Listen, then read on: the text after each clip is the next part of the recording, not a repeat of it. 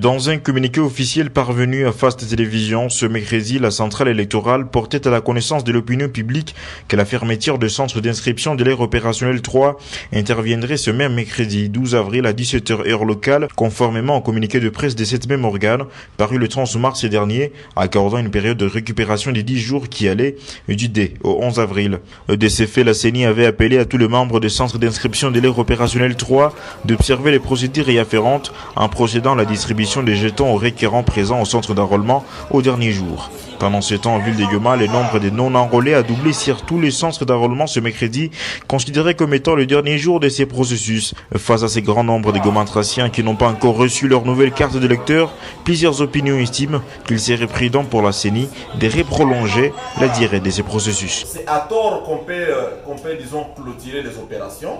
J'ai dit à tort, pourquoi? Parce que nous avons eu le temps même de passer dans certains centres. Il y a encore beaucoup de gens qui ne sont pas encore enrôlés. Maintenant, quel sera le sort de ces gens? Ils seront enrôlés où? Ils seront considérés comme des Congolais ou pas? Et pourtant, tous ont le même droit que nous en tant que Congolais. Que donc, je crois qu'il y avait encore un besoin, au moins de 1 mois. Il fallait encore ajouter 1 mois pour que ces gens aussi soient enrôlés. Alors que ces processus d'enrôlement tend vers son terme, plusieurs irrégularités ont été signalées pendant ces opérations. À la problématique des monnayages s'est ajouté des cas de violence, avec notamment le cas du jeune homme tué la semaine dernière par un policier dans un centre d'enrôlement. Certains acteurs politiques craignent que le pire ne se reproduise en cette période de repêchage des retardateurs.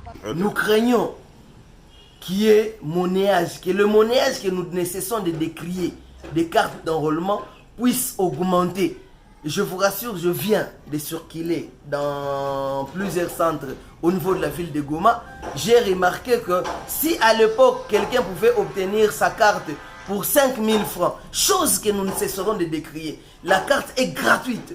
Si à l'époque, on pouvait obtenir sa carte à 5 000 francs, aujourd'hui, il y a ceux qui viennent de débourser 15 000 francs congolais. Allez-y comprendre. Et si une fois, on arrête le processus à ce jour, c'est qu'il y aura des gens qui iront jusqu'à dépenser 10 $ pour obtenir la carte. Parce que les agents commis à ce travail prétendront que les services avaient déjà pris fin depuis le 12. Et que pour obtenir, ce n'est plus une gratuité, mais maintenant ce serait une obligation de leur donner de l'argent. Notons que cette fermeture de centre d'enrôlement concerne toutes les provinces de l'ère opérationnelle 3, qui comprend la province du Bas-Ouélé et du Haut-Ouélé, la province de l'Ituri, la province du Maniema, la province du Nord et du Sud Kivu, la province de la Chopo, ainsi que le Canada et les États-Unis d'Amérique pour les Congolais de la diaspora.